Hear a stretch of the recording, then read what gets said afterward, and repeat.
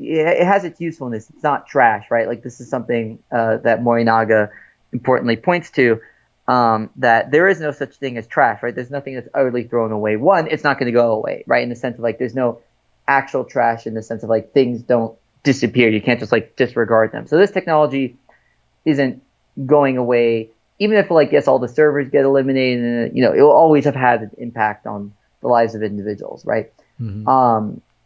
So it's not going away in that sense, nor is it likely going to go away in the other sense where the servers stay up and it keeps impacting people, so on and so forth. So I think it's more of a tool that people have to figure out like how much of it do they want in their lives, what forms of technology, because I'm using a table, I'm sitting on a chair, there's air conditioning, right? You bastard. I know, exactly. You don't hear old man yelling at the clouds over air conditioners.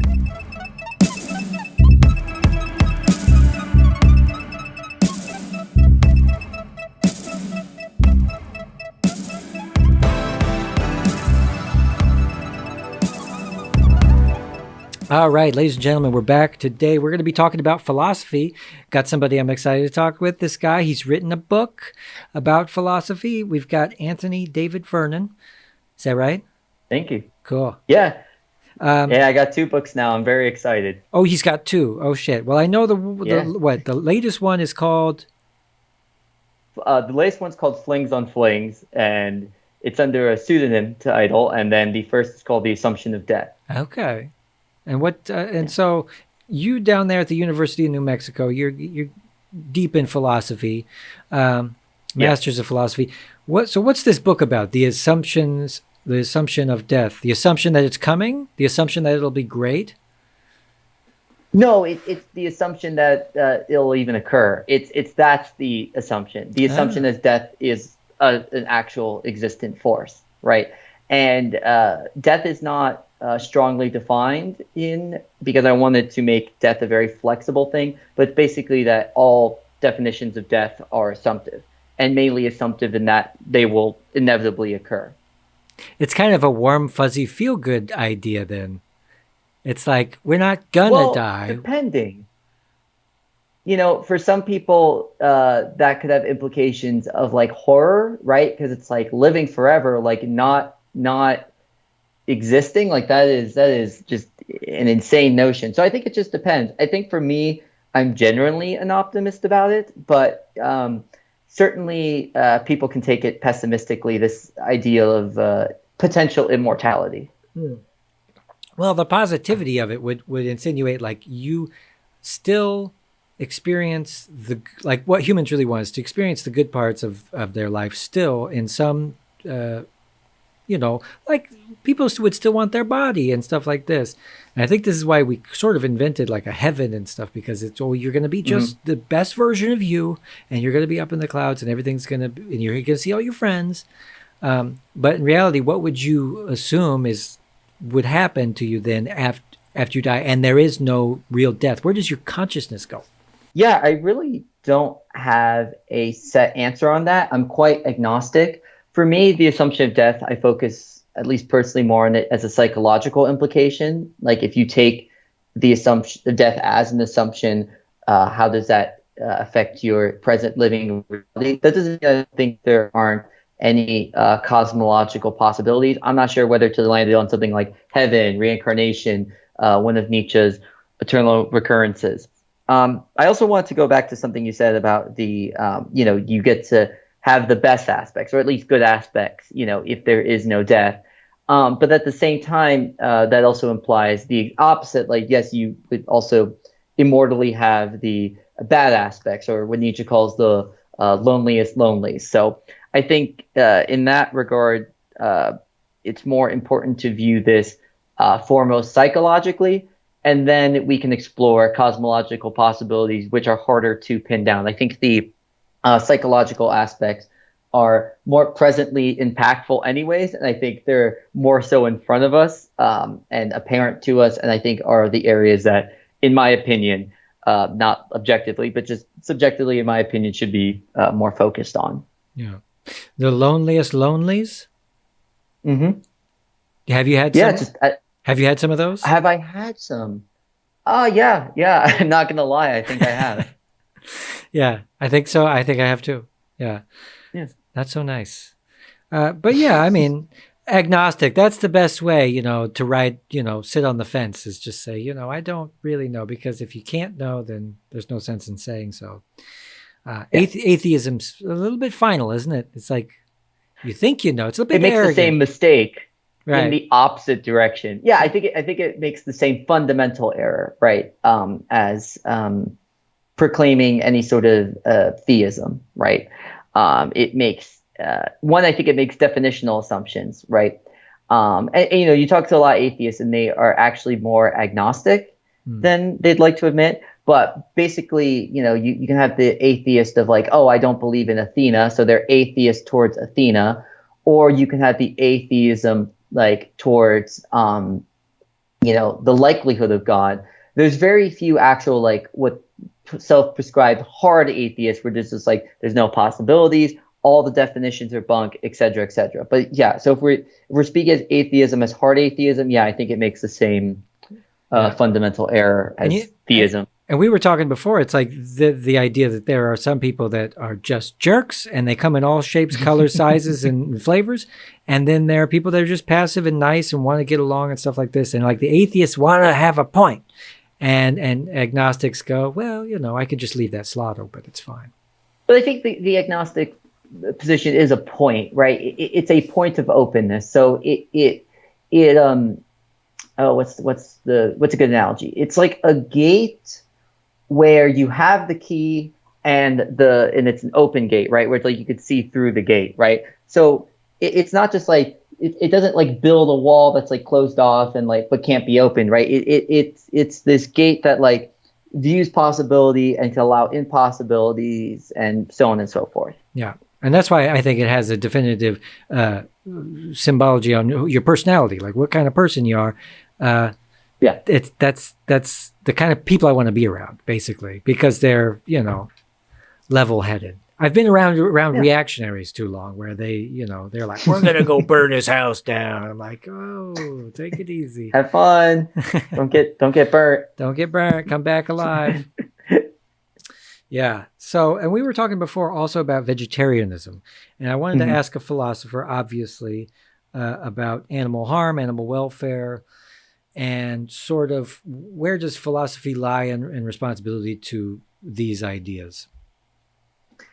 Well, I'm not sure if it's general philosophy's responsibility, if depending on how you define philosophy, right?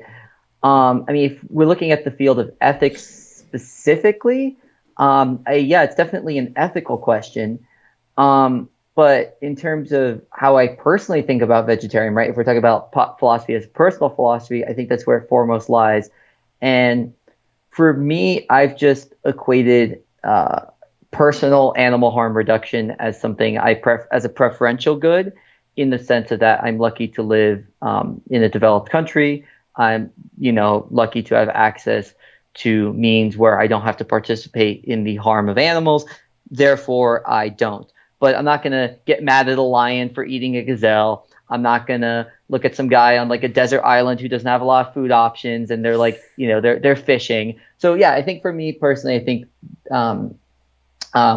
the philosophy's consideration in regards to vegetarianism, veganism, etc. I think they're too caught up on the good and evil debate, the right and wrong of it, and I think the ethical conversation where the debate has lied in has kind of lied in these very weird parameters. There's starting to be a little sneak in of like environmental concerns, but yeah, one aspect you never hear about the vegetarian and veganism debate is like the animal harm reduction in of itself without attributing categorical values to it, such as right, wrong, good, or evil. I think if we can just like parse out animal harm reduction to see if like veganism and vegetarianism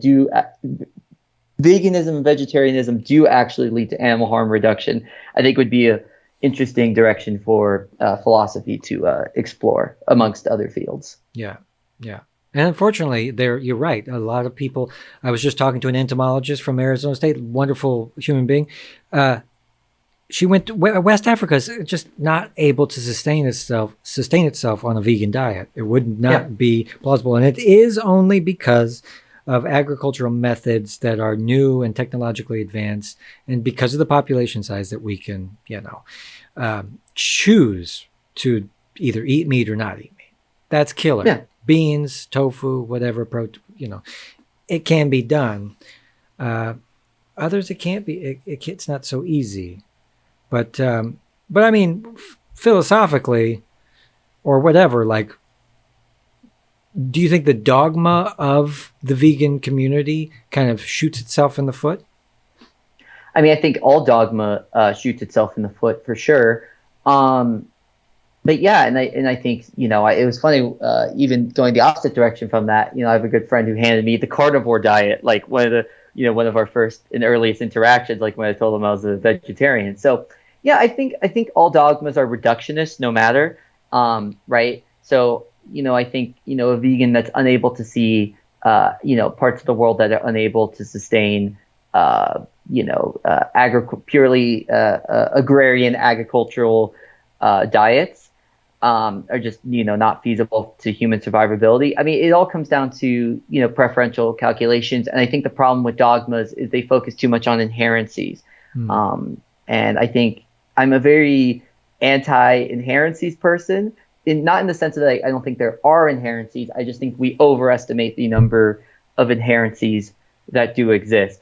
But with that being said, I'm not going to jump over gravity anytime soon, right? Like, so there are things we're bound to, but I think humans overestimate the chains, the size of their chains, and the amount of their chains. Yeah, and they absolutely need to be. We need these reactionary characters to come out and just be so insane about it. And it's really hard because that kind of behavior doesn't appeal to a lot of people. And I think it's an emotional immaturity where they don't realize it.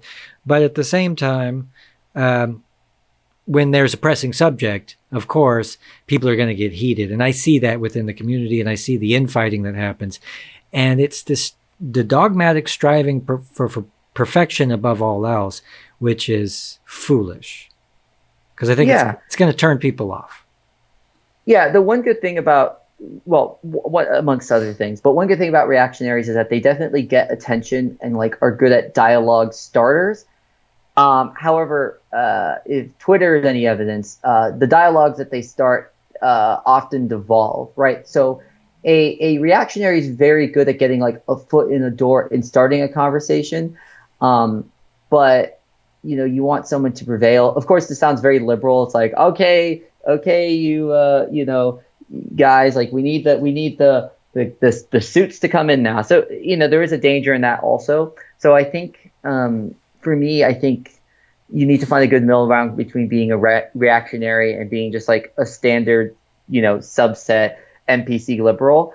And this is why I like Camus a lot, because he prescribes rebellion over revolution, because I think revolution can be too dramatic in many. I mean, I'm not saying it's unnecessary in all situations, but I think in a lot more situations get way more out of hand than they need to. And I think there's a good case for rebellion in situations where people often go towards revolution, or a good case for rebellion where people often go towards traditional conservative, not politically, but conservative in the sense of conserving things, models.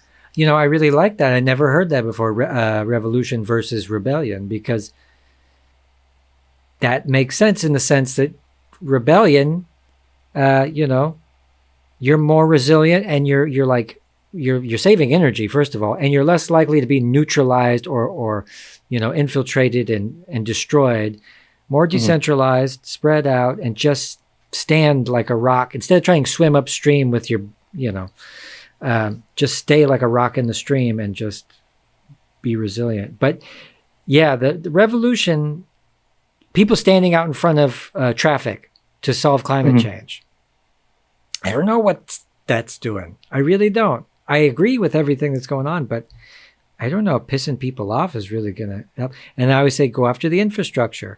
But it's like these, police reform, it's great that you're graffitiing "fuck the police" on the side of a building, but what we really need is laws to change. And so that's probably the difference between revolution and a rebellion in that way, or like, I don't know. Does that make sense? Yeah, so in Camus' conception of the rebel still participates in radical action.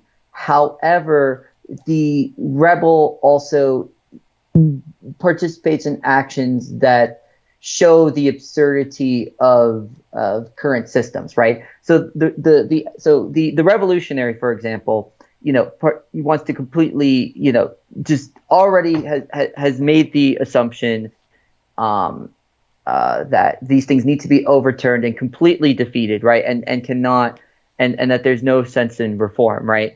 Whereas the rebel is a reformer, and takes specific radical action toward reform, but does not overturn a sort of system, right? And so this is just to say it's another option in progression of things, right? It's not to say like it's an end all and be all in certain cases. I think there's certainly times for revolutionary action, but I think rebellious action also holds its own weight in place, and I think it's often forgotten in polarizing dialogues that exist between people, especially in online spaces. Do you think it's a way rebellion is just like a step before revolution? Revolution's like the absolute last thing you want to have to do is to have like a violent Molotov cocktail throwing party rather than. Do you think rebellion means more? Revolution doesn't have to be violent, and nor does rebellion. No, I don't think one transforms into the other. This is something. I think that's like missought after that rebellions turn into revolutions, because sometimes that can be the case, but typically no. Typically, you're going to take the path of reformist rebellion, overturning revolution, or maintaining the status quo, right? Like the end result will typically be the same. But yeah, you can begin.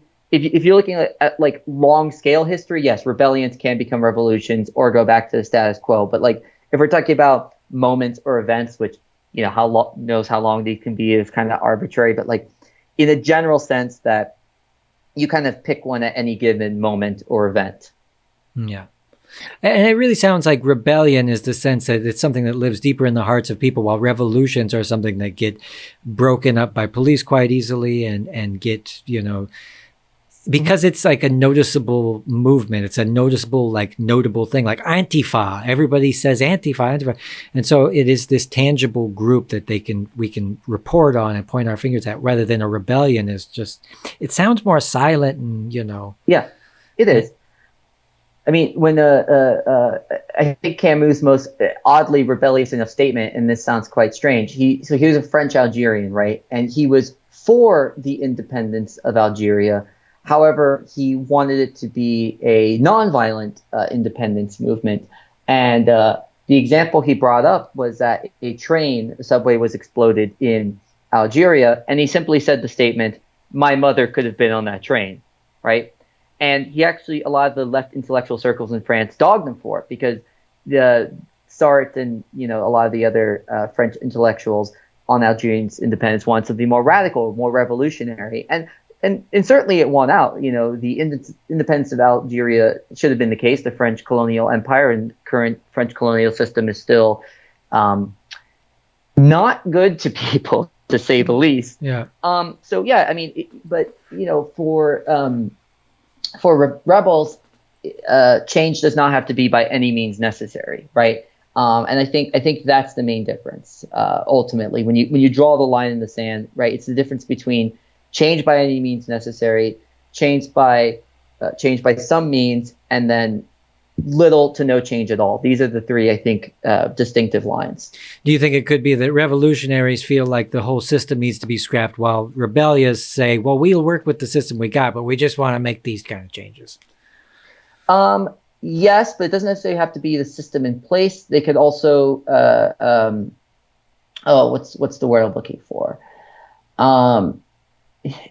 So in a rebellion, right, it can be the restoring of old norms, right? Potentially, right? That may have gone away. So, for example, the rebels in Star Wars, right? They want to restore the Republic, right? But they're not doing anything revolutionary because they're not creating any sort of like new, systems. They're simply bringing back an old system, which in this case, in the Star Wars case, going from an imperial unit to to a republic, even if it is an old republic, would nonetheless be an example of a rebellion. A revolutionary example would be if the Star Wars revolutionaries were like, all right, we're gonna have the direct democracy, right? Like if the like we're gonna have the galactic direct democracy, that would be revolutionary in the Star Wars example.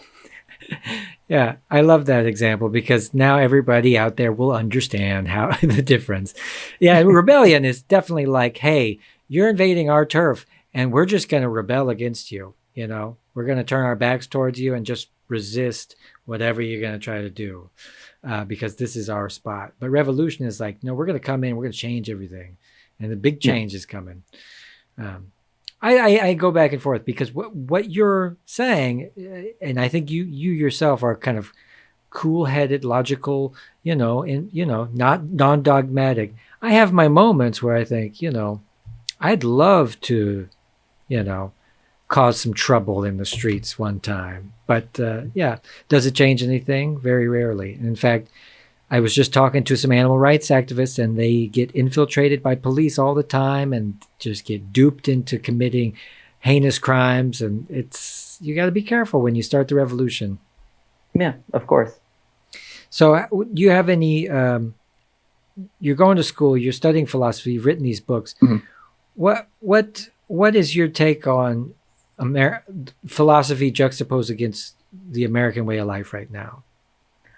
That's interesting. Well, I think there's also a third tangent to that because also at this point, I think philosophy is in danger of even academically of going about a major split between the analytics and the continental camps. Like as time is going on, these camps are in less and less dialogue. The analytic camp is basically very much more mathematical in its sense. It's more of where you get the strict logics, where you get the syllogisms, etc. Whereas the continental tradition is more this analyzation of texts and the usage of language and so on and so forth, right? However, what these two branches consistently do that's not found, I think, in American life is this analyzation of base assumptions, right? I think if I think a lot of Americans have these beholden notions, these seeming inherencies that are unwavering, right? Whether that be towards capitalism, whether that be towards having these notions of freedom that aren't very clear, but understand possession of. But I think the difference is that the going now back to the philosophy camp, I think the continentals are more are actually more revolutionary, rebellious about these sorts of things, whereas like the analytic camp is actually kind of like oddly, it's more bound to these sort of structures. They're more the liberals in these sort of in this, you playing that analogy back, where they're simply just trying to find logical methods to preserve the already existing systems. A good example of this would be someone like John Dewey, whereas a lot of people in the continental camp are definitely more want to point out the inadequacies, the inconsistencies, the marginalizations within society. So funny enough, I think analytic philosophy, which unsurprisingly is the dominant branch of philosophy in the United States of America, is the one that's more beholden to the status quo, whereas continental programs like my own, which are rarer, are less beholden to the existent status quo. So you're saying mathematics leads to fascism. That's it. That's what Dr. Ian Thompson would kind of say in a not a direct sense, but a roundabout sense. But yeah, there is what's the word I'm looking for? There is something to be said about like rigidity leading to rigidity, right? Like the rigidity of a philosophical system will lead to a rigidity in a way of life, right? An essentialism to a way of thinking will lead to an essentialism, a way of life. So no, I'm not going to say that math leads to fascism. I don't agree with that sounded like it. That's individuals on that. But yes, it does. It does actually I would agree that it could open up the tendency. It's like it's not. It wouldn't be unsurprising to find a highly logical, mathematical fascist, unfortunately. But Yeah. no, it's not like one essentializes the other. I mean, you have Hitler, who was an artist, who obviously was, the head of a fascist regime. So Yeah. And he yeah, and he was and he was vegetarian. So exactly. there you Yeah, go. The world yeah. is not black and white, my friend. Exactly. So yeah, no, this is me more speaking on general trends to answer the question. But Yeah. yeah, I think I don't. Yeah, the one of the things that's actually very important in analytic philosophy is also ethics. So you don't find people who are there's people who have very rigid and strong ethics in analytic departments. They're very much focused on mathematizing ethics, which I think is a hopeless project. But nonetheless, it still results in people having very rigid and strong in a way morals. Yeah. Yeah. Yeah. Well, I've seen it with certain types of people that when numbers appeals to you rather than text, which text is essentially a story of some kind that Mhm. has human characters, and so if text appeals to you, it makes sense that hey, you're gonna like to be emotionally involved in anything that But comes that your way. emotional involvement could also lead you to fascism. I mean, look at someone like Heidegger, who clearly is very oddly. I know it's very hard to tell from his text, but a man who loves poetry and art is clearly emotional in some type of way, and that man became tried to become the philosopher of National Socialism. Yeah. Well, again, Hitler was an amazing artist. Charles Manson sang some of the most beautiful songs you've ever heard. Yeah. Yeah. Doesn't mean anything, but No. still, you look for patterns, right? You look for patterns to try to stamp out uh, issues like this. So, do you think Mhm. fascism will peek its head back up here again and become an issue?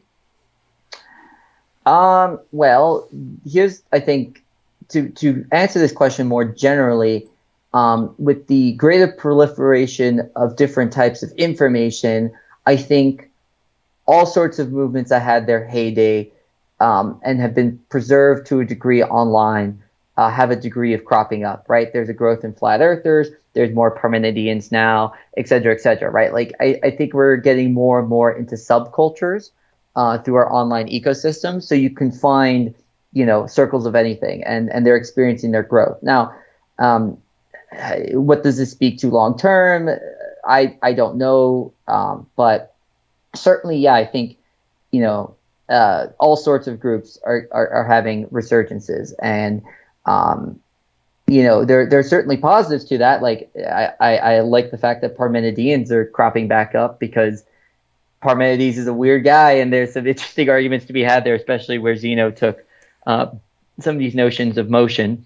But yeah, it also then creates a problem when you have more problematic philosophies such as you know, fascism or totalitarian communism could certainly, more problematic to reemerge as serious topics of argument and contention. Hmm. Yeah, yeah. And the face of it would undoubtedly change, or the recipe in order to get yourself a nice fascist cake will be different because of technology and the way that we've kind of and these subcultures. What do you think are the knock-on effects of these splintering off into everybody's in their own kind of worlds? Well, exactly. I mean, I think the question oddly answers itself, right? Where you have people in their own worlds, right? And this, oddly enough, this tool for interconnectivity also creates a simultaneous deconnectivity all at once. Hmm. Have you experienced anything like it while in your life as far as seeing social behavior kind of mutate? Yeah, of course. I mean, I'm a young guy. I'm 25, but yeah, certainly I've seen it. I mean, all you have to do is spend a couple hours on Discord, and you just, you pop yourself into whatever Discord group is, preferential to your interests and areas. Certain meme cultures, etc. I mean, not that this hasn't always existed. Of course, there's always been subcultures, but now there's just an exponential growth of more and more niche subcultures that proliferate through, online forums and, online means of communication. I mean, in the earliest days of the internet, it was already happening, right? People would go on very specific, like, when I had little Game Boy games, it's like, oh, I want to solve something, as a little kid in Pokemon, like, all right, like I could potentially go on this forum to figure it out, a very specific, like, Pokemon Leaf Green forum, right? Like it wasn't just a Pokemon forum, it was a Pokemon Leaf Green forum, and you could find your specific topic. And some people, even in the early days of the internet, would stay on the specific thread. So yeah, no, I just think the subcultures are just going to proliferate more and more and more and more, and you'll get more niche subcultures, which could lead to some very interesting and niche notions. And as we've been addressing beforehand, other niches can be quite dangerous and harmful, not only to individuals themselves, but to larger units of individuals. Yeah.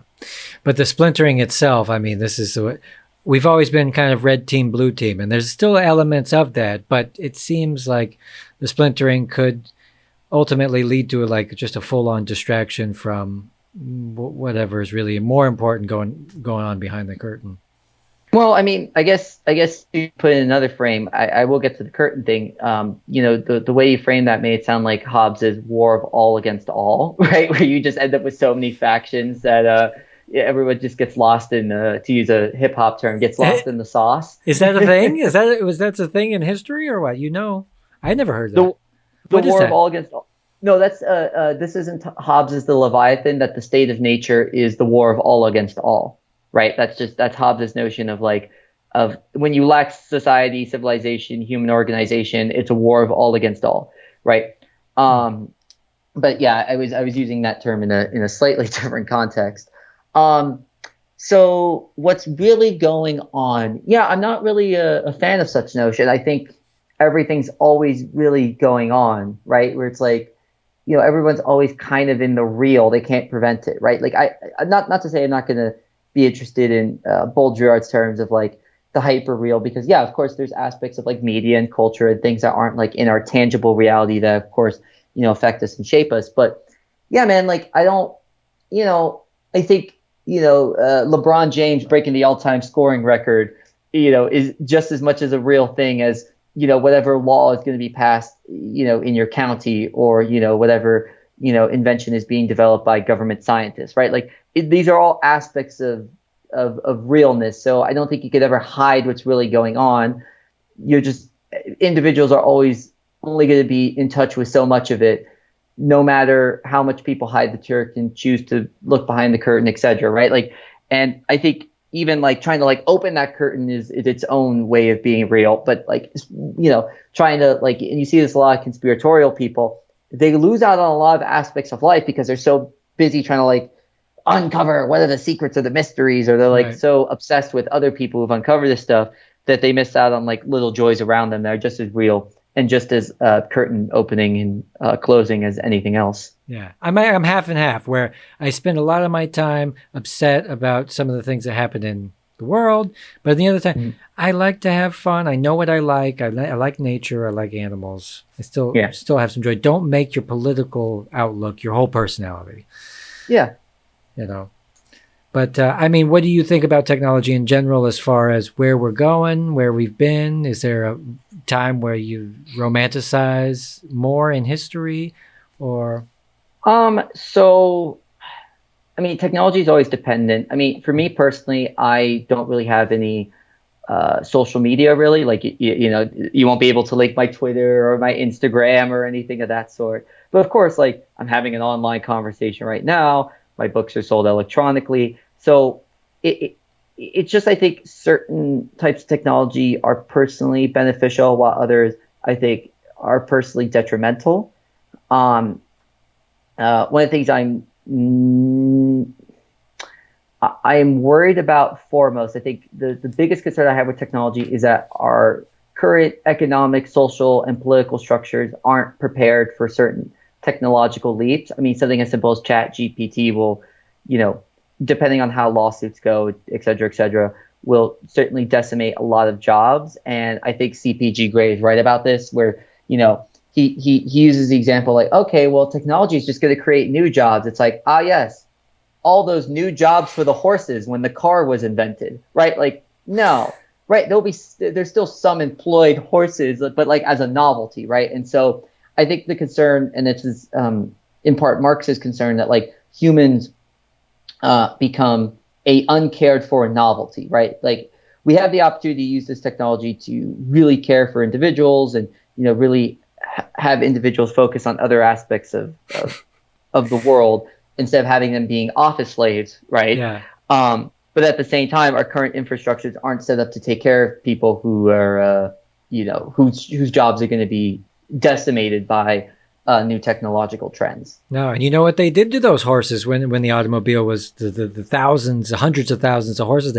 You know what they did, right? Nice little glue factory. They killed them, yeah. Yeah. And so when you become redundant, that's not to be over conspiratorial, but what would you do if you were rich and you ran the world and robots did everything else? Everybody you came into contact with would be an obstacle to your freedom and happiness while you're trying to go to Mars and. Yeah, I mean, it's hard to know how other people are framing and understanding these sorts of things. But I mean, at least for me, at a certain point, I do want to dip away from sort of the modern, current, as in current, inframed technological, aspect of life I live in now, and certainly would want to give a less technological form of life a try for whether it be a period, whether it be a permanence at some point. Not because, again, it's not have any hatred toward technology. I mean, here's my Nintendo Switch. I enjoy some good Animal Crossing. So, again, like, no, there's not like, it's evil technology. It's a tool. It's useful in its own ways, just as anything else. Do you need to I'm right now reading? Do you need to practice self-discipline in order to make it work for your benefit? Is what you're saying? In part, yeah. But the other thing I'm also making, it's like that certain, technologies, like, for example, Twitter or like Instagram, have great usefulness in terms of like intercommunication and promotion, and we can go on and on. But also, it can also be a detriment in terms of like how one spends their time, and certain, it just may not be, beneficial to one's mental health, as shown by different studies. But yeah, like it has its usefulness. It's not trash, right? Like this is something that Morinaga importantly points to, that there is no such thing as trash, right? There's nothing that's utterly thrown away. One, it's not going to go away, right? In the sense of like there's no actual trash in the sense of like things don't disappear. You can't just like disregard them. So this technology isn't going away, even if like yes, all the servers get eliminated, and it will always have had an impact on the lives of individuals, right? Mm-hmm. So it's not going away in that sense, nor is it likely going to go away in the other sense where the servers stay up and it keeps impacting people, so on and so forth. So I think it's more of a tool that people have to figure out, like how much of it do they want in their lives, what forms of technology, because I'm using a table, I'm sitting on a chair, there's air conditioning, right? You bastard. I know, exactly. You don't hear old man yelling at the clouds over air conditioners, but old man yelling at the clouds over like my Nintendo Switch. When I was a kid, we didn't have tables and we liked it. Yeah, exactly. So yeah, again, like, I just, for me personally, I try to like balance out like, different aspects. Like I had my Switch, but sometimes I like to read from physical books. Sometimes I like to read from PDF. So it's all personally dependent, and I don't have a universal answer for anyone other than, give other modes and mediums outside of the technological a try from time to time. As annoying as this phrase has been, like touch grass.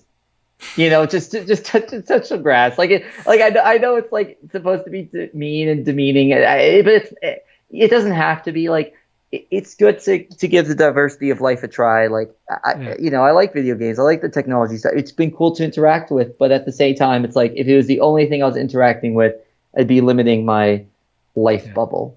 I think you're absolutely right. You can't put the worms back in the can. The cat's out of the bag on this one. Technology is going to keep going. Learn to work with it well. I love video games, man. I need to play video games to relax. And I'm very technology weary, but I am. I just want to use it to the best of my ability. But, Friday night, I might be home alone, drunk, and arguing with people on the internet. You never know what's going to happen. But I mean, yeah, I'm weary of it. But here we are. We're making the most of it. Yeah. But yeah, in regards to the AI stuff, that's going to be one of those, like, in terms of the job stuff.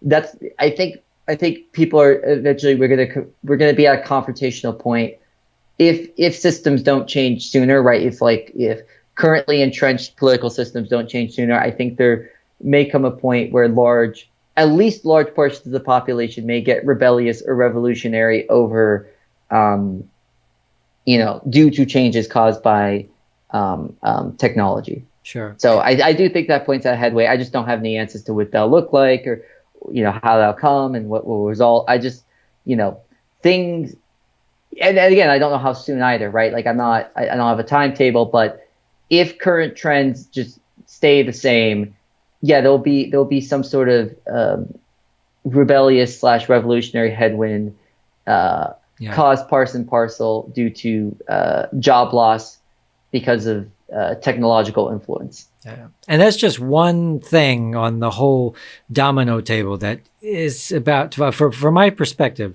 absolutely, it's already started when the fact that police budgets globally have gone up an incredible amount since just 2020. Yeah. And the unrest. And then when we start studying about crop yields and droughts and extreme weather, which I'm trying to really get all the people that would know about that on the show and try to get that. But it's a race against time for many, many things. And like AI is just one really big deal. Yeah. And there is this really strong possibility, like a dystopian future could be surveillance state, robotic police, everything like this. And it's very close, and there is a possibility that we could get to a point where we can't even do anything about it, and then we are really kind of screwed. So it is important that we make a fuss right now. Yeah, I mean, but the other thing is that, like, okay, yes, that is one possibility. However, simultaneously at once, right, less and less farmland is being used for agriculture, yet agricultural yields are getting larger, right? We have systems of energy, that could certainly make desalination a more feasible possibility, right? There's other possible futures in here. But yes, I do agree. Like, given current trends, the means of human global organization, we're certainly, and I hate to use this, but there is a time and a place for optimization. And certainly, I don't think, given our technological abilities and resource usage, we're not getting anywhere close to optimizing, right? I mean, an optimized society would also be its own freaking nightmare. But we're not. We're not even being practically, utilitarian. Yeah, well, and it thrives on the idea of predictability. Like if you have a peaceful, efficient society of people, an organized society of people, that means that there's no room for creativity and there's no room for any kind of anomalies. It's conformity, and then boom, what do you get? Like sci-fi, dystopian, weird fucking world, Yeah, it's like, it seems that, like, like, you don't want to head towards 1984 or Brave New World. I mean, certainly, I think the bigger concern right now is almost this weird mixture of the two, where it's like, in the surveillance state, everyone just kind of like drugs themselves out and pleasures themselves out to handle it, right? Which that seems to be something I'm hearing a lot murmured. But again, I'm not a big on the predicting the future guy, right? Like, I have. Like, even the future prediction I gave here, like the stuff I've been talking about in the future, has been very. It was really ambiguous. Vague. Yeah, it was like, I don't know. Just, for everything, let's just assume Nostradamus got anything right, right? Even in that statement, it clearly shows that Nostradamus got so much stuff wrong. Like, the most famous future predictor in human history didn't get anything right about the future, right? And like a lot of the, like, I'm being as vague as some of the prophecies in the Bible. It's like some of the stuff in Revelation is like, there'll be plagues, there'll be wars, there'll be famine, there'll be sickness. Like, oh, things that have been happening throughout all of human history. Great, thanks. Like, what a bold prediction. Bad things that have happened before will happen again. Cool. that's the grifter fortune teller style. Yeah, it's like Yeah. So no, I don't want to be a grifting fortune teller. I just, I could just point to this one thing and being like, this could be problematic if, right? This could be problematic if, right? And it's true, right? Like I think that's a better way to predict the future rather than being like, there's going to be this exact overturn to society and society's going to look at it this way. It's like, no, like, I think it's better to be like, there's a problem. well, I think we should address it. yeah, yeah. I mean, you see the pieces aligning, right? And you could say, well, they could go Yeah. this way, they could go this way, they could hit each other. We don't know, but here they Yeah. are, and here is the possible trajectories, and then from there. Yeah. Yeah. I think it's better to be probabilistic about the future rather than selective about the future. Yeah. So you mentioned the two different types of philosophy. You got the analytical, the math guys, and the word guys. Which one? Yeah, I mean Which that's one are a weird you? way to summarize them. Oh, I'm definitely continental. I'm a philo poet.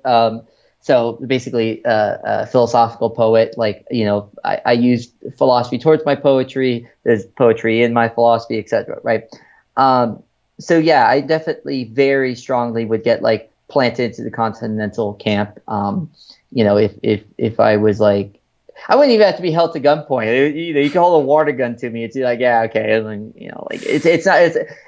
No one would put me as analytic I don't, because analytic also is very strongly based off of methodology, and my writings are hybrid works of poetry, short story, and like musings. So you're not going to see any poetry in an analytic paper. So and I like, and one of my favorite essays I've had published is a essay used to explain some of Levinas's ideas through Kendrick Lamar. You're not going to have that in an analytic paper. So, so continental for sure. Yeah, good. I mean, if you're gonna do something, have fun with it. Don't just make it about numbers. Come on. Yeah. Well, no, I think no, I don't see. I don't want to dog the analytic people either. I actually really appreciate what they do. I think their work is interesting and very bright people. Like I have difficulties with logic. I think I'd probably be doing more mathematical stuff if I was better at it. Just my skill set lies in the polysemic. Like that's just what it is. So the analytic people, I think they're very good at like making sound definitions, and really the exactness of words has its utility. So yeah, I'm not continental because I'm like, screw those guys. It's just more Sure, happenstance. I sure, sure. appreciate what they do, and I appreciate what continental people do. Whereas I think there's a tendency amongst analytic people to kind of diss continental people, and there's continental people who diss analytic people, and I'm just like, man, like we're doing different things. It has its utility. This would be like physicists making fun of biologists. I mean, that's not exactly right, but that's the best analogy I'm going to come up with Well, that's why right now. I like you, because you're somebody I would be able to hang out with, because you wouldn't be two reactionaries. They don't go together. But somebody that's like calm and relaxed and patient like you're a good influence on me. So what about this book though? You obviously did a combination of short stories, poetry, stuff like that, right? Um, Yeah, both my books are in that style. They're both hybrid works. okay. So what happens at the end? So do we die or not? What happens? Spoiler alert. Did they make out with the money in the end, or? Yeah, no. So the ends of both of them. So I will kind of, I guess I'll kind of summarize, because they're not really long narratives, right? It's not like reading the Phenomenology of Spirit where it's like it's all put together. It's more like reading a work of Nietzsche's. It's more like reading the Twilight of the Idols, where it's like these sporadic ideas that kind of go together, kind of don't, and Yeah. etc. Um, so for the Assumption of Death, kind of the conclusion is the very vague and sort of basic of like, hey, I'm not saying death isn't going to happen. I'm not saying death is going to happen, but it's an assumption, right? The assumption that like life equals death. You are going to die. Everybody dies. Like these things are assumptive no matter how you define death, and that there's other possibilities that can be explored, whether that be purely psychologically, whether that be cosmologically. When it comes to Flings on Flings, the ending of that is that um, it's sort of this Buddhist notion. Like I very much agree with the Buddhist notion of no self. Not that like a self doesn't exist as a concept, but that there isn't this essential self, right? Which is the Hindu conception, the Atman, right? And the Buddhists have the opposite conception that there's this non-essential self, um, and therefore this eliminates the possibility of self-love on a metaphysical basis, if you agree with that notion, and that love anyway shouldn't be directed towards self. That love is always a passion for otherness. Is it kind of an anti-ego kind of thing? Yeah, yeah, it's a very anti-egoist love notion of love, right? Right, that love is always other directed, at least the way I understand it. Because I think the issue with self-love is that it others oneself, and I think that creates its own problems, right? And could create its own illusions in the Buddhist sense, right? Like when you other yourself, you're creating false conceptions upon oneself, right? So I think something like self-care and self-compassion are more important. And I also think that care, compassion, companionship are more important than love, anyways. Yeah, yeah. And romance, kind of a romantic love, is nice, but it's not like it's overrated in a way, where Well, no, because that's what love is. I think love is a middle point between what do I like to call it? But yeah, but from your love ego is sort of a middle. to someone else. Well, I can only think of it in dirty terms because I'm not one to stray from using quote unquote foul language. But no, in a sense, I think love is the middle point between like companionship and just raw dogging it. You know, it's like not that they can't be raw dogging it in the other two conceptions, but like it's a difference between viewing someone as like it's a difference between just like this like one night stand sort of mentality versus like the long term thing, right? The love I think is like the honeymoon phase. Like love is that passion, right? It's like you're really caught up in the otherness of the other, right? And I think love can be maintained. I think it's difficult for sure, right? To maintain that sort of honeymoon phase is very, very, very, very, very, very difficult. Not impossible, but it's just hard. So yeah, I kind of view love as a sort of as a middle way, but comparatively worse than other possible ways of showing importance towards another, right? Because I think we emphasize love too strongly, and because we are too busy emphasizing love, we often lose out on care, compassion, companionship. Yeah. Do you find that love, or at least modern, romantic love that's it's kind of advertised to us, can be egocentric, or it can be, you know, self-aggrandizing in this way where it's focusing too much on the individual or on expectation? Well, I don't think that would be love then if it's not other focused, right? At least the way I've come to define it. So that's more the realm of the raw dog, to say the least. Well, it's tricky because we all have some other opinion, like you're with your wife or whatever, but how you view your wife is not how your wife views herself, and you'll never, and everybody views you differently. Yeah, and that's okay. And there is no true self, but this is what makes me lean on the idea that like expressions of individuality and hyper individuality is sort of a trap.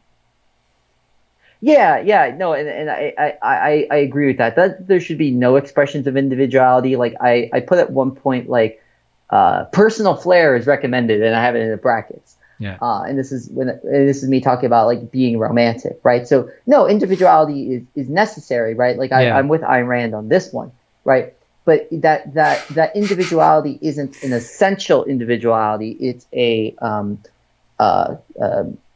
formed individuality around many bases, right? Like you form that individuality around, your cogito, which is the thinking self. You form that individuality around like, different, interests, family members, et cetera, right? Like there's a lot of things you can categorize it, but hypothetically, you could extend your sense of self to all things, right? Anyone who's been on a really good acid trip can tell you they feel one with the universe. Like their self does not end. Hell yeah.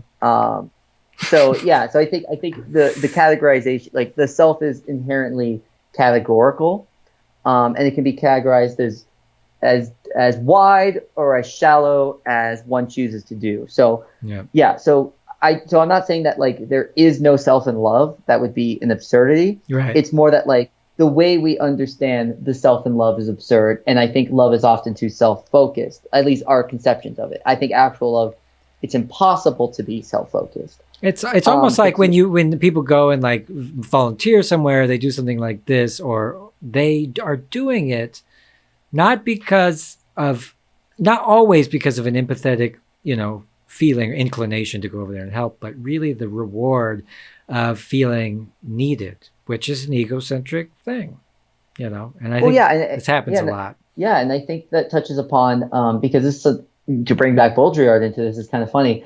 I think I'd mentioned twice, but yeah, like we a lot of our understandings of these things come from images, right? So the example Baudrillard uses about kiss, when you think about going to kiss someone for the first time, you may draw from like kisses you've seen in like movies or television shows or etc. Right? Like your conceptions are informed by for Baudrillard, it is the hyper real, which is still within the real, right?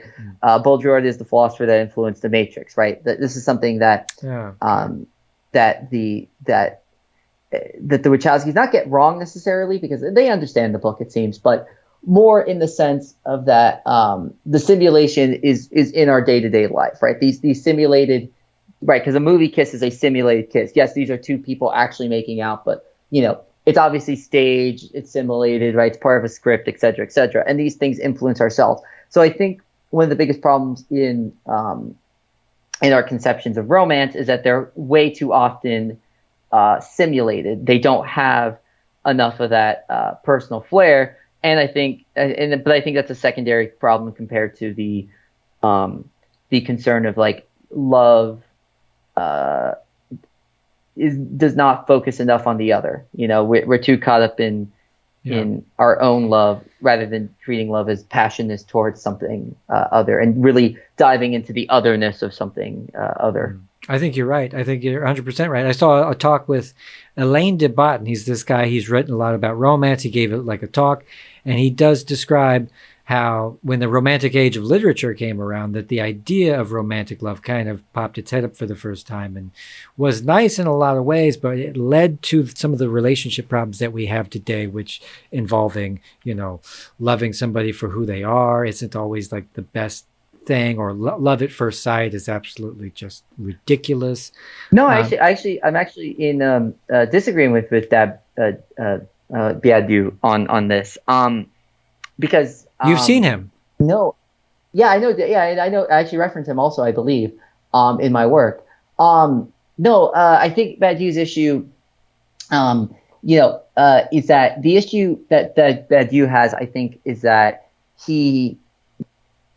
yes, romantic conceptions of love do not allow someone to actually love someone for who they actually are. Badiou's concern is, I think, the same sort of simulation concern, right? Like we love someone for who they are to us, not for who they actually are. Yeah. Yeah, and I think that's Badiou's concern. But I disagree with the love at first sight thing, because I think you can have like an instant passion for something, right? Like if you've ever been to the Grand Canyon and you look at that view of the Grand Canyon, like, oh, like, like that's a lovely view. You love that view, right? Like it's incredible. Like, right. Well, that's an attraction, right? But what's the Grand Canyon's personality? We got to wait and see. We got to talk to the Grand Canyon a little bit, get to know the otherness of the Grand Canyon. Yeah. Because I think it's fine to use love towards inanimate objects. I think it's the same conception, because otherness doesn't just have to be anthropocentric, right? Mm-hmm. I think we people describe like, oh man, I love that meal, like, oh, I love Christmas, right? And I think it's perfectly valid. I really do. I think it draws from the same source. Mm-hmm. But yeah, so no, I disagree with the love at first sight on Badiou, but I think also we're in closer agreement in regards to like loving someone for who they are. If I remember Badiou's concern, it's like we love someone for who they are to us, and I agree with that concern. However, if I'm misremembering it, it's the concern of you love someone for who they are. No, I think you should love things for what they are, right? Like I wouldn't want to change any part of the Grand Canyon. I'm not trying to move Christmas to July. I'm not trying to move a freckle on, a partner I'm enjoying. Like you just don't want to do these things. You appreciate their otherness for the other that it is. Yeah. But as we know, I know from experience, it's a push and it's a pull and it's compromise and it's talking. It's a lot of that. Yeah, Yeah. And yeah, we're all for sure. we're all monkeys to some degree, and I love that. Oh, yeah, I put sugar in my mouth. Oh, I love that. That's good. Oh no, no, no, nothing wrong with that sort of stuff. I think it's great. Yeah. The we're too Victorian still, I think, as Yeah. a society. And this is funny. I'm one of the few who are saying this. Like in the age of Tinder, I think we're still too Victorian as a society. Yeah. And it's like, well, how can that be? But if you actually look statistically, people are having less sex. Dude, absolutely. Here's the thing: is they'll show a decapitated head fly off on network TV and with blood squirting out the top, but they won't show a nipple. There's something No really nipples. deeply, darkly fucking wrong with that. And Yeah. I moved to Europe. It's a completely different kind of set of standards. Yeah, but no, I think it's weird, right? Because it's like you hear a lot of the conservative sites, like especially like the manosphere types, being like, "Oh, the access to sex these days is just so," and like, yeah, yes, technology has increased access to possible sex. However, the actuality of the scenario is that people are having less, Right. like, And that's intimate relations in the age of birth control, in Right. the age of of birth control. Well, It's there's nonsensical. there's other, and I've heard people go on and on about Tinder and its responsibility for the incel community and the drying up of, but then you have this existential crisis, which whether or not there's some people that don't believe it but are in denial, and there's some people that truly don't believe it, and then there's a lot of us who do believe it. And when that kind of idea of an existential threat permeates your subconscious, then I wouldn't be surprised to see people refraining. Yes, but if anything, that should lead to a reduction in children, obviously. But actually, it should increase Sexual casual activity. sex. Right. So there's something else going on in addition, right? I'm not saying that's not a non-factor. Certainly, it is. Like people maybe don't want children as much because of existential concerns, whether they are legitimate or not. Let's just assume they are for the sake of which. This is a great point, because I'm not really sure what it is either. And maybe it has something to do with the commodification of everything, where like people's sexuality is the absolute last thing that they have of any value to anybody. And so they hold it and keep it, religiously. Or it could be as simple as it's easier access to what's the word I'm looking for top commodities, right? Like and this is with the right, like the everyone can access the same resource. Therefore, there's maybe a broader proliferation of certain individuals just getting more and people being left without, more akin to certain species, like let's say like an elephant seal, for example. Like when it comes to elephant seals, you got like one big elephant seal that mates with all the women and no one else does. And maybe technology is allowing for these sorts of things. I've heard that before. Yes. But no matter what it is, it's a mixture of factors. The strange. Giga Chad theory. Yeah, which I'm not saying I agree with nor fully disagree with. I'm just saying like there's there's something to be said about like the age of birth control, readily available condoms, all the sex ed information you can want in the world. You could download a PDF of the Kama Sutra, and yet sex is going down like a submarine, and it's like, huh? I think it's a combination of everything that we just said and probably more. Oh yeah. And the modernization. Look, a computer is a stimulating device, and it's stimulating in a different way. But there's times and opportunities where I could, have a little fun with myself. But on the other hand, the computer is right here, and I'm yelling at people. I'm watching TV. I'm like, listening to music. I'm gaming or whatever. It's also very nice, and I think it could be the technology and self-love, it's kind of at an even keel as far as fun stuff to do with your time. That could be it too. Combination of everything. I mean, I think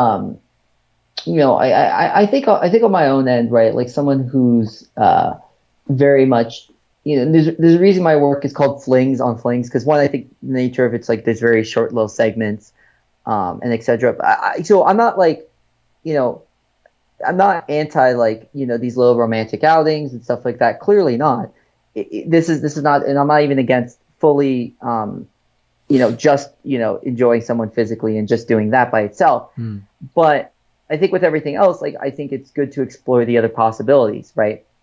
That like and right now what I'm promoting is maybe not uncommon, and maybe I'm promoting a wave that's already being ridden, but yeah, I'm very pro serial monogamy. Kind of seems, is very much the case, I think, because I think there's something to be said about like you can the passions you're more invested into, you enjoy more, right? Like, yeah, sure, like meeting that person one time and doing the deed and whatever, it's nice and all, but when you actually get to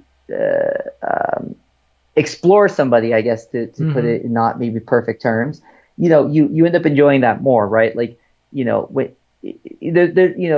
something to be said about like, driving out to the Grand Canyon and seeing it for the first time, and putting that investment, versus if you live in Flagstaff, Arizona, and you could just drive an hour whenever you feel like going to the Grand Canyon, right? I'm not saying that person doesn't enjoy the Grand Canyon.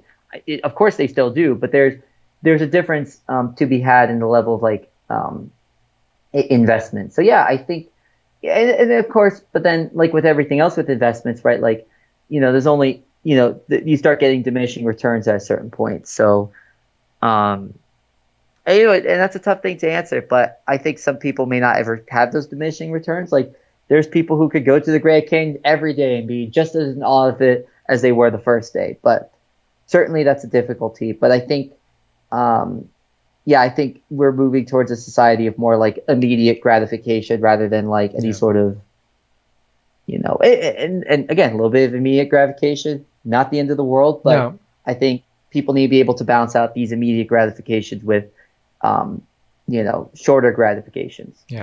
Shorter in terms of like when they'll receive them. Right. But what percentage of the whole mess is like, the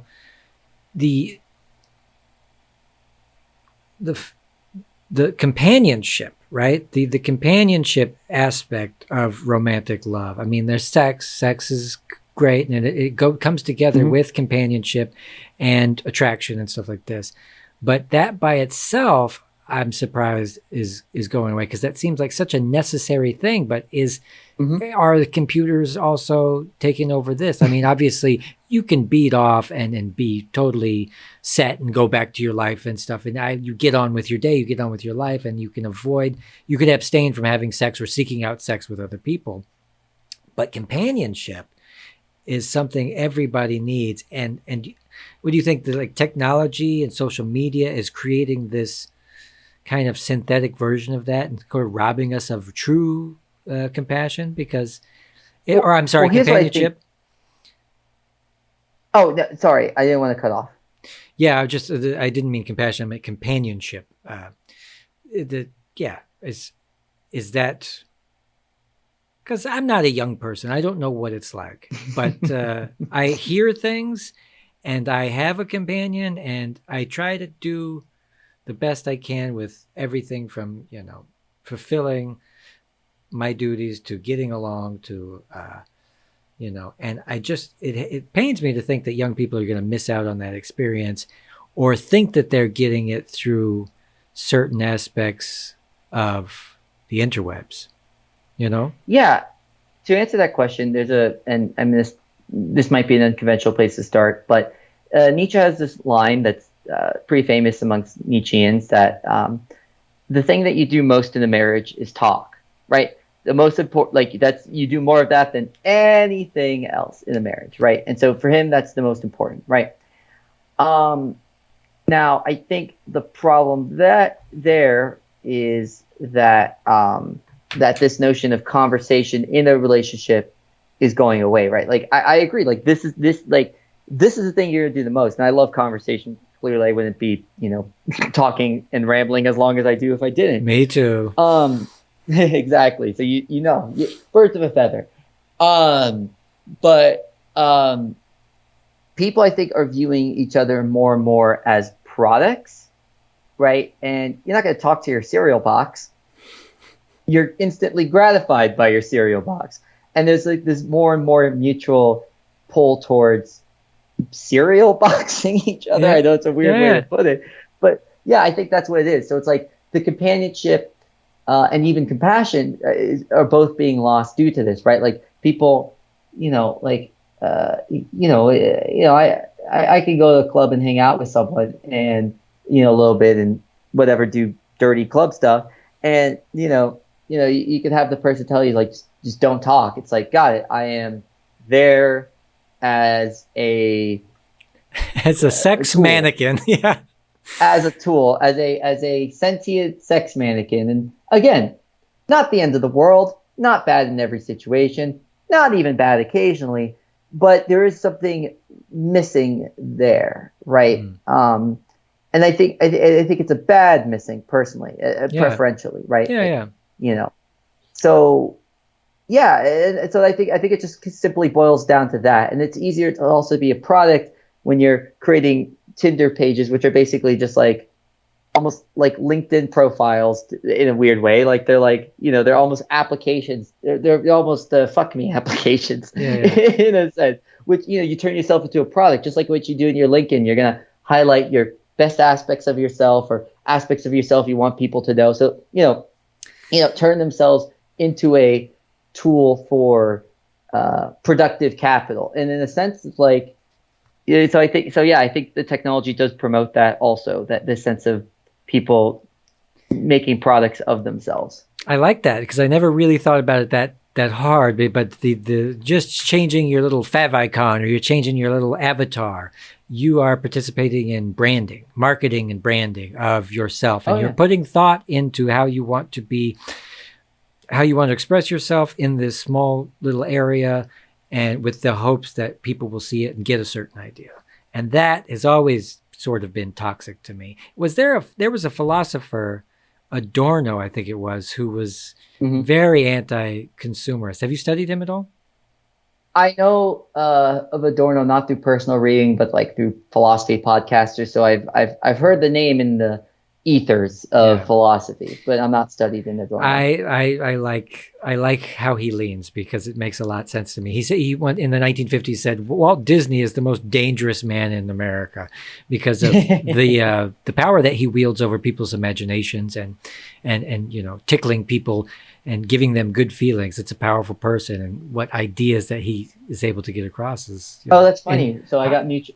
Like him, I also I always like to throw in a dig against Disney. But Disney now is even more powerful because it's not just a man; it's a multinational corporation and an idea, right? Disney's an idea, right? Disney, projects a certain type of romance, which I find ridiculous. Disney projects a certain projection of mortality, which I don't like, right? Like I really the line I have in The Assumption of Death, which I really love, is that Disney World Disney paved over the fountain of youth to put an amusement park. I don't think I have the line exactly right, but in the sense of that, like, Disney through its simulations has encaptured our ideas of mortality, friendship, love, etc. And and that's completely right. This product shapes our understandings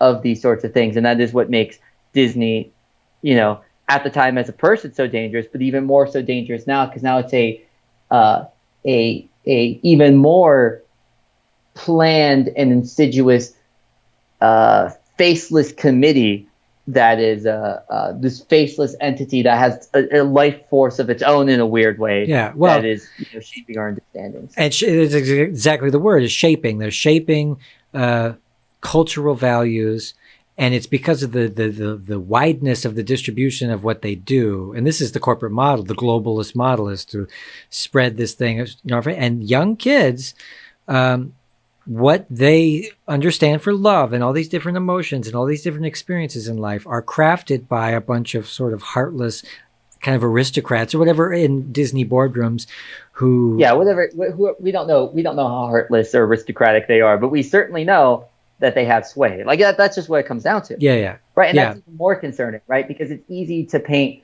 these guys as like heartless aristocrats. They could be well-meaning, but sometimes, you even have that famous expression, like the road to hell is paved in good intentions, Right. which sure. But yeah, I think, these things don't not play, into each other, right? Because, at the same time, right, you have Disney almost painting a very, uh, basic and simplistic image of these sorts of things, right? So like the image itself, it doesn't just, pave over the fountain of youth. It replaces the fountain of youth with a image of immortality that's like less complicated, right? Like it's much more easy to understand, Mickey Mouse not aging and just kind of being this like figure that's always there. Like Mickey is this oddly immortal figure in a sense. Yeah. Well, It's a much more simple understanding of youth than Ponce de Leon finding the fountain. Right. Well, these decisions aren't innocuous. They seem innocuous, but they're not innocuous. And it just boils down to a small group of people making decisions and shaping culture for a larger group of people without them really knowing or having any say. Yeah. And there's not really any way you can avoid that in the society we live in, because sort of capitalism, that's the way it works. And you come from, yes, your folks are from Cuba, and I don't, I know that it's rough down there for a lot of them and stuff, but they don't. The one thing I heard is that they didn't have advertising in their newsletters or their newspapers, and there's no advertising, and if they come out and they say, these are what's happening, here's some health tips, here's some stuff like that. And I don't know what the truth is about that, but it sounds a lot nicer than having a small group of people in a boardroom who are trying to figure out how to, get people to pay attention longer, or how many, videos they sell. They want to jerk your emotions, so they sell more videos. Yeah, but I mean, in a sense, when it comes to the Cuban regime, it's certainly flawed in many ways, but it's certainly not like Stalin's USSR. So, I mean, I'm still not a fan of that regime for its own reasons. In this, but I'm also not like a woohoo, let's do all the capitalism, baby. Let's go. So, that's I don't want to get too far off from where we are in that regard. Yeah. But I did want to mention that. Let's do some capitalism, baby. That's how they say it too. Yeah, let's go run the wells dry. But no, but this is the thing, right? Where right, it also informs you what type of product you should be, right? So it's like right, because Disney is a successful product. Shoot, there's stuff that Disney makes that I enjoy. Me too. I'd be hypocrite as much as I don't like Disney as an entity, but I appreciate not everything they've made, but many of the arts and talents they've had, right? Like, this the creative minds that are part of Disney's system have put out some stuff that is just enjoyable. Yeah. To put it in simplest terms. And the intentions were good from the very beginning, unlike like Exxon or Monsanto. This is a corporation that was founded on art and sort of colors and music and stuff like this. Like of course that's cool, Yeah, I mean, well, I don't know the intentions of Walt Disney. I mean, because he also created Epcot and wanted to like have a dystopian city. So I don't know about all that. But that being said, so I'm not worried about intentions as much as I'm worried about results. But the problem is that okay, so it's a feedback loop of being a product, right? So you people buy the product that is Disney, and it tells them what sort of product they're supposed to be, which re-encourages them to get that sort of product, right? The product feeds into the product, and self-fulfilling. Yeah, and there's a tendency as sequels to go on for them to like over formalize, right? This could sometimes be done well, where you perfect the formula. So it's not like to say like all formulaic stuff is bad. It's just to say that like the tendency grows and it can be reinforced by people, right? So what would be a good example of this? Okay, yeah, you see, let's say that I'll just use the basketball as a better example, right? If you watch the NBA, you can, and you watch basketball over time, you can see how people that play pickup basketball have changed their style over time. When playing, in middle school, there was a lot more emphasis on the post, a lot more people playing down low, a lot more fundamental defense, a lot less spacing, right? And then as the NBA is spaced out, even people in like pickup games are spaced out more. They're emulating the very product they consume, right? There's more people taking 3-pointers in pickup games like close to half court, right? If you would have done that when I was in middle school, it's like, what are you doing? Like, nothing wrong with a 3-pointer, but don't take one for half court. Now people can take it from half court, and like no one's like batting an eye. It's like, oh, that guy's just trying to beat Dame or whatever, right? So yeah, so like people, emulate their products also, and it turns themselves into more of a product. And they see what products are successful, and they put in their Tinder/LinkedIn sheet, whether in real life and on their bios to accommodate that more. The guy that sees Steph Curry a lot imitates Steph Curry. The guy that sees this, the kind of nerdy but somehow swashbuckling Disney hero, may form this idea that that's how you're supposed to be. And when individuals feel that they can't meet these productive needs, some, try to min-max themselves and try to like do the things that they think are necessary to make themselves the most productive product. And others get caught up in sort of cynicism, and that's where you get a lot of the incels.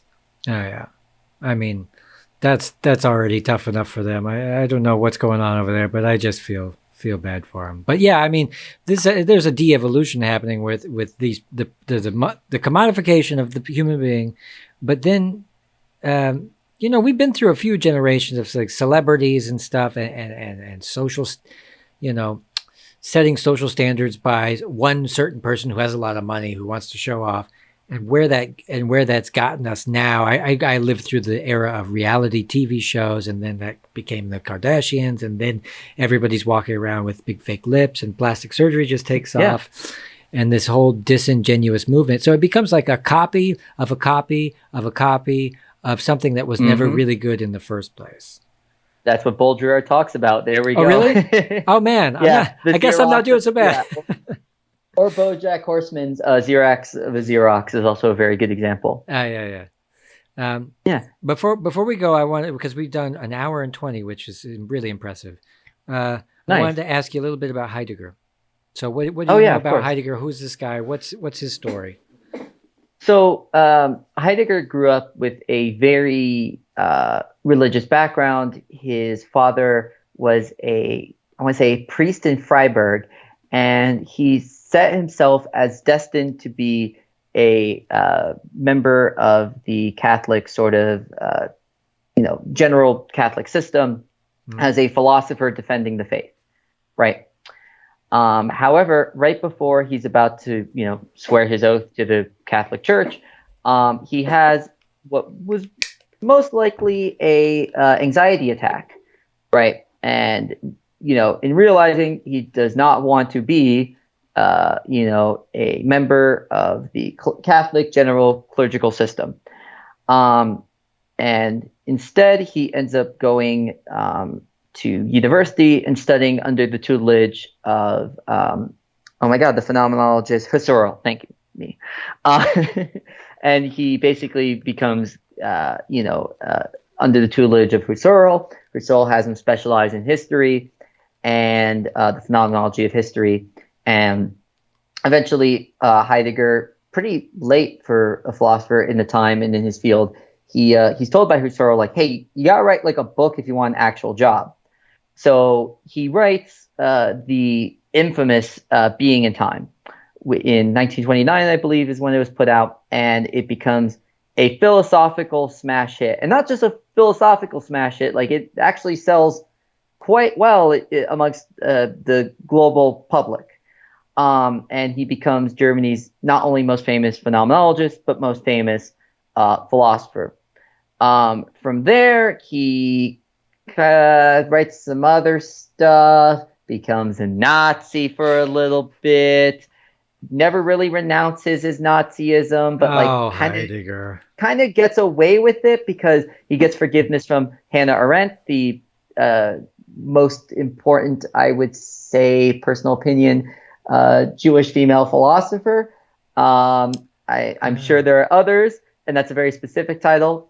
This isn't to put down Hannah Arendt's work. It is interesting whether you agree or disagree with it. She's someone certainly to contend with. But in large part, I think he got that forgiveness because he had a personal relationship with Hannah Arendt, i.e., an affair. But anyways, he's not really able to teach anymore for a while. I don't remember he was able to go back to teaching, but he ends up reshifting his work more into the nature of poetry, art, and thought and self. Whereas Being in Time mainly is a work of fundamental ontology. He never abandons fundamental ontology. He just abandons how he went about it in Being in Time. Being in Time's significance is more how it touches upon human phenomenality, that he has insights that had not occurred in the rest of human philosophy. Somehow he was the first person to come up with thrownness, which is basically the idea that you become conscious in a set of conditions that are not of your own choosing. So I woke up conscious in Miami, Florida, with my two parents in a townhouse with a Cuban American background, and I can, with blue eyes, brown hair, et cetera, right? Like, you didn't choose the conditions you became conscious in. You're become conscious in a set of conditions. So Heidegger at once is, how do I want to put this? Now this is going to be getting personal. He's a brilliant idiot and a irredeemable person who should not be confronted, but whose ideas must be tackled with. And there's that weird tension, because obviously the things I've just said about him are extremely paradoxical against the other. Yeah. So what did he think when the whole thing, obviously the Nazi thing blew over and he saw that, oh God, all this horrible stuff. What do you think? Is it denial that stopped him from changing his stance, or how could he live that double life? No, was he insane? It was ego. He basically said, "Oh, I was pulled in the direction of being, and being gave me no other choice." Right? I mean, I'm paraphrasing, so I don't think that's the proper quote, but basically, it's the idea that like he was just following the winds of being. And he would do this a lot. Like, he'd had things like, it's like, sorry, I cannot have loyalty to you. Being is calling me, or whatever. Right? So he had this weird obsession with being. That was his get out of jail free card for everything. It truly was. Yeah. No, like he rejected lovers because it's like, no, sorry, being called me. It's like, what does that mean? So why did you kill that prostitute? Oh, it was being. It just it can't be held responsible for my action. But this is what I mean. It's like he's an idiot, right? But at the same time, it's like somehow he beat everyone to thrownness. And, some of his notions of like, which is so interesting, a guy who became a Nazi, has this notion of Das Mann, which is like the public, which is the idea, like, it's that the public, the general mass, not only just. He probably just meant the Aryans. That's, not the. No. Das Mann is a negative. So it's not that. Even though he does make fun of Nietzsche's blonde beast. So he was prescribed as having his own private National Socialism, which, yeah, that is true. And he was against a lot of like the technological aspects of the Nazi. He makes no sense. He's not even consistent within himself.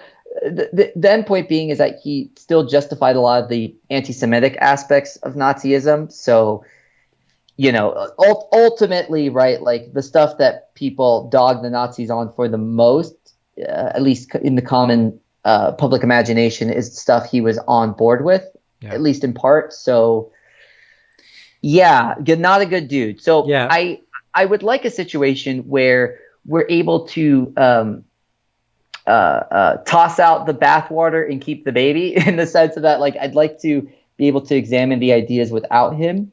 Unfortunately, at once, he's also one of the most confronted philosophers.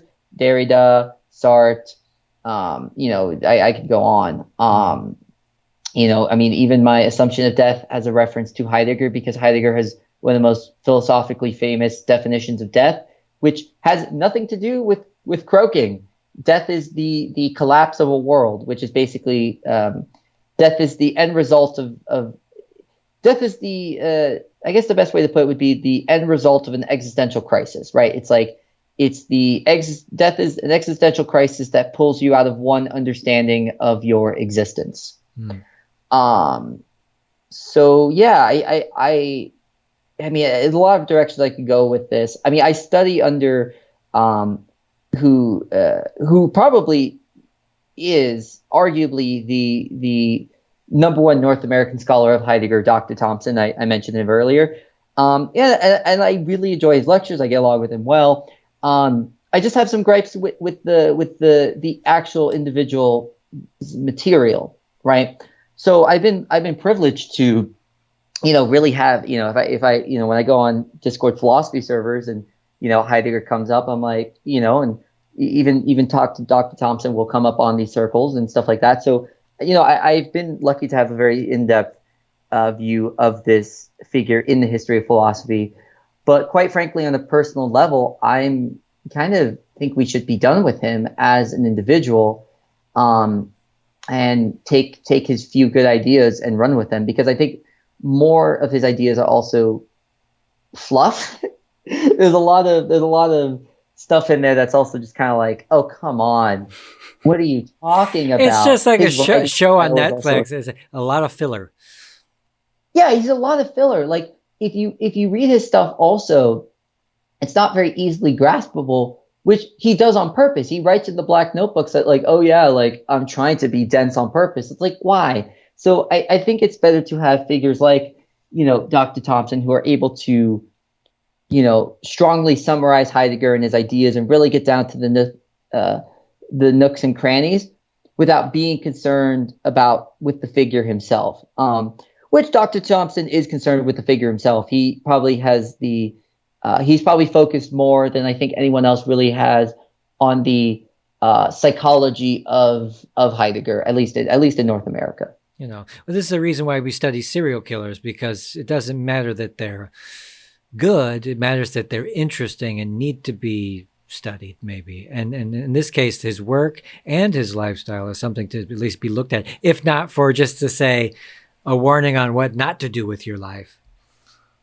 But there's a difference between, I think, the serial killer, right, being looked at from a criminal justice point of view, and Heidegger being looked at, because the issue you come into of like, there's this conflation of praising the great ideas with praising the figure, right, which can occur, right? Like as much as I enjoy Nietzsche's philosophy, I want to be very clear on his sexism, right? That formed later in his philosophical work, right? Like man was a sexist, really? Man was a monarchist.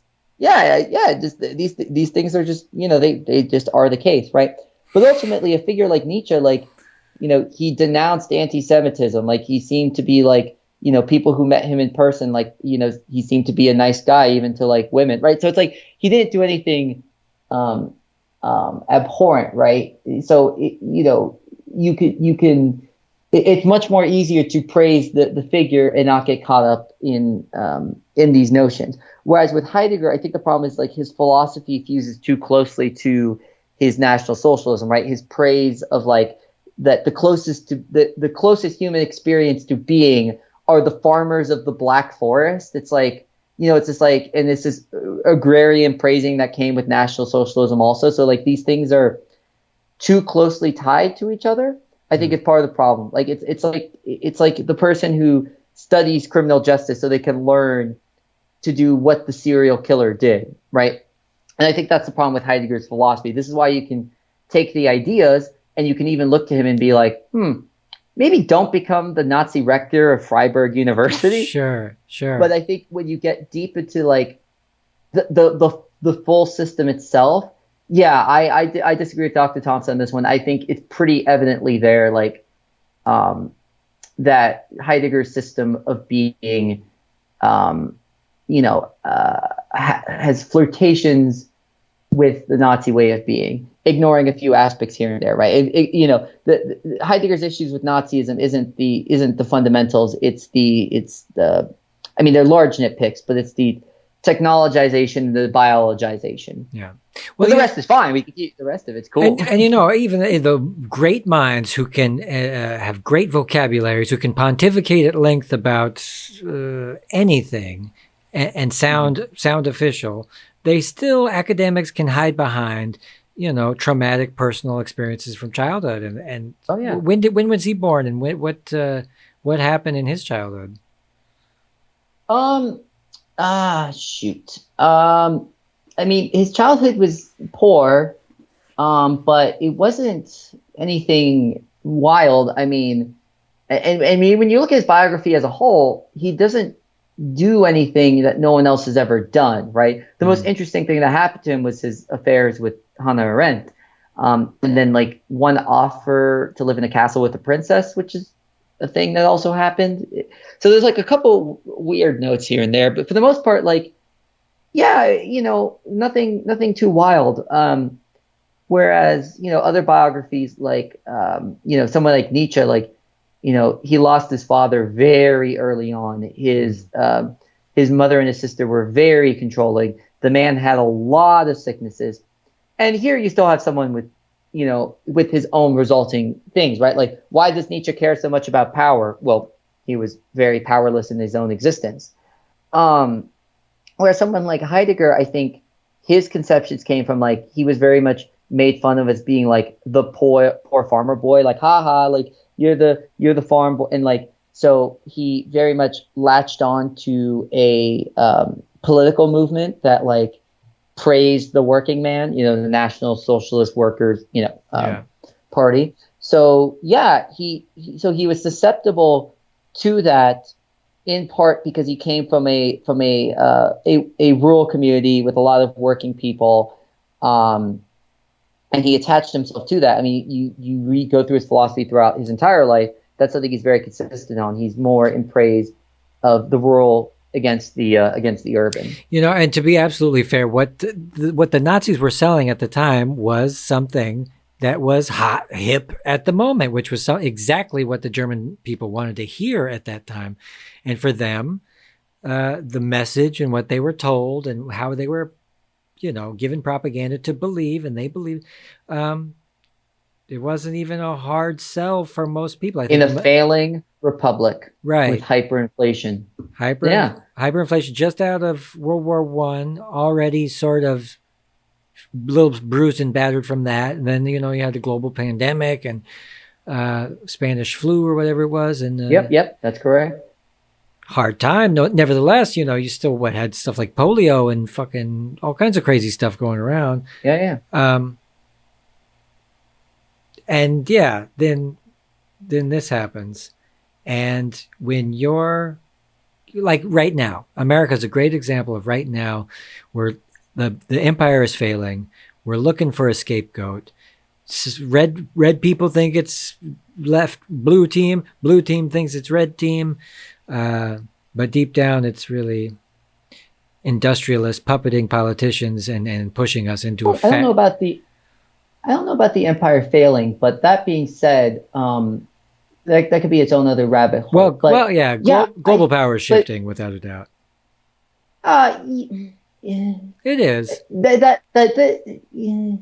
Yes, that's a very complicated topic, but there are shifts, but I don't know about America's global hegemony being on the downswing. Maybe internal hegemonies are certainly a problem. I agree with you on that second part, but in terms of external hegemonies, the United States still has a great deal of dominance over the world stage. But I think but going back, because like where that was from, yeah, I think Heidegger, but I don't excuse one for their susceptibilities, right? Like I'm not going to excuse Nietzsche for sexism because he had like a controlling mom and sister, and a sister who, mind the way, attended the funeral of Hitler, a sister who very much, Nazified her own brother, who welcomed Hitler in to like pose with the bust of her brother. So yeah, like that's a whole nother thing. So, I'm still not gonna excuse Nietzsche for, an opinion and an understanding that I don't think is preferentially defensible, Yeah. right? And so, yeah, in the same way, I'm not going to excuse Heidegger because he lived on a bunch of farms, because he lived in a farm community that like, oh yeah, just be a Nazi and be an anti-Semite. Like what? Like no, these two things don't align. You can understand someone through their psychology, and I think that's important to do. But psychology doesn't excuse action; it only assists in explaining it. Yeah. And the thing was that the National Socialists, they weren't even really socialists. They just absconded No. with the name to make it sound like they were for the working class, but in reality they were authoritative, fascist, government. Oh yeah. Yeah. But like I said, the people, it sounded good. It sounded juicy at the time, and we're all susceptible to it at any time. But yeah, well, I hope that the hegemony falls. Yeah. Gee whiz. But yeah, I mean, but I think, yeah, I mean, because that's a whole nother rabbit hole of stuff. Okay, next time we're going to have Anthony David Vernon on the show. We're going to be talking about politics. American global hegemony.